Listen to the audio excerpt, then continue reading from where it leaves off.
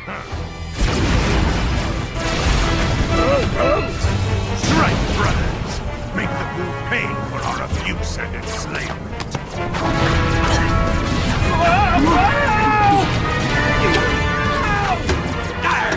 Shiver me timbers!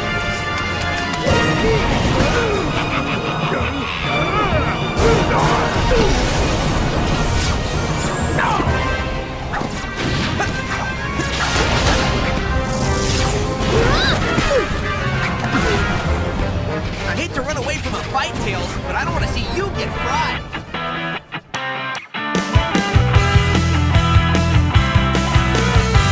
Hi guys, it's C&NOnline for another gaming review.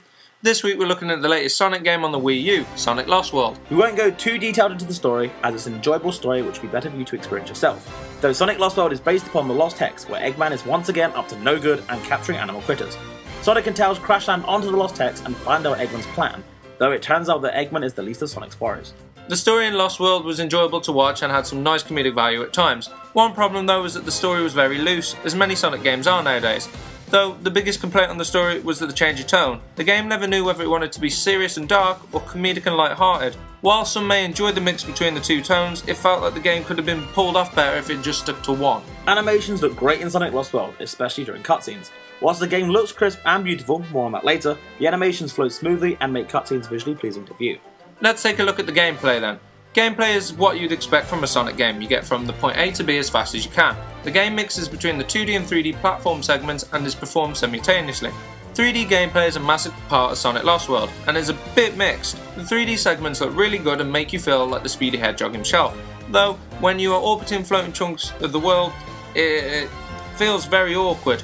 The camera feels as if it moves too quick for the gameplay, so you kind of find yourself getting very disorientated. Don't get us wrong though. You get used to it after a while, but it just seems as if you will actually not get used to it. One great part of Lost World is the fact that enemies in-game are mainly from earlier Sonic titles, though they work surprisingly well in the 3D environment.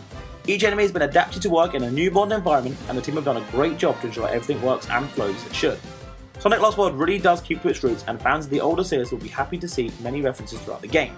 New fans on the other hand can happily enjoy the game without ever knowing that the references were there. It's pulled off really well, and we can't help but congratulate the team on how well the references were made. The game features the powers from Sonic Colors, which was on the Wii, but has some new ones as well, known as Wisps. Now don't get me wrong, Wisps were a great idea in the Sonic Colors, though they weren't really needed in Sonic Lost World. They aren't mentioned in the story, and throughout levels you only see them like once or twice. It just feels as if they were added for the sake of giving Sonic some more powers, which is kind of a shame. Though Wisps also feel awkward when you're trying to control them, except the laser and drill power, which work very well. But the others seem to slow down gameplay, which is not what Sonic's about. Controls for a Wii U player are easy to pick up and learn, with a manual giving you all the controls you'll ever need in the game's case. Though people who haven't really played with the Wii U before may find the game awkward to play with at first, thankfully hints come into play here throughout the game to help you on your journey. Hints, whilst useful, were a tad awkward to get to mid-gameplay, as you have to look down from your TV screen to your gamepad and hit the hint button to actually read the hint. It would have been a bit better if hints had just overlaid on the screen as in previous Sonic titles. Finally, the bosses, the Deadly Six. The bosses were really good, with each having their own distinct personalities, which made them stand out from one another. Bosses were a tad easy to defeat though in-game, because they are meant to be the Deadly Six. Whilst they were easy to defeat though, I'm not saying that they weren't fun to play again. As we've mentioned, Lost World's gameplay is enjoyable, with a few minor issues here and there, and is what we've come to expect from Sonic games. The replay value is extremely high within the game, with time trial modes, multiplayer modes, and a ton of collectibles to go out and get. Let's not forget Sonic Lost World soundtrack. It is also a brilliant part of the game and has some very catchy tunes.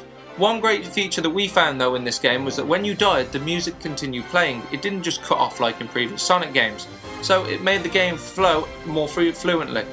In short, Sonic Lost World is exactly what we've come to expect from Sonic games. It has great references to previous Sonic games and is a great addition for the Wii U. The game is visually stunning with a great graphical style which adds to the gameplay to make it a brilliant game. So what's the final verdict, you may be asking? Yes, the game has its flaws, but the positives do more than enough to make the game an excellent title. Sonic Lost World deserves a C&N score of 8 out of 10. Thanks for watching guys, this has been C&NOnline. Make sure to like, comment and subscribe and we'll be seeing you next week.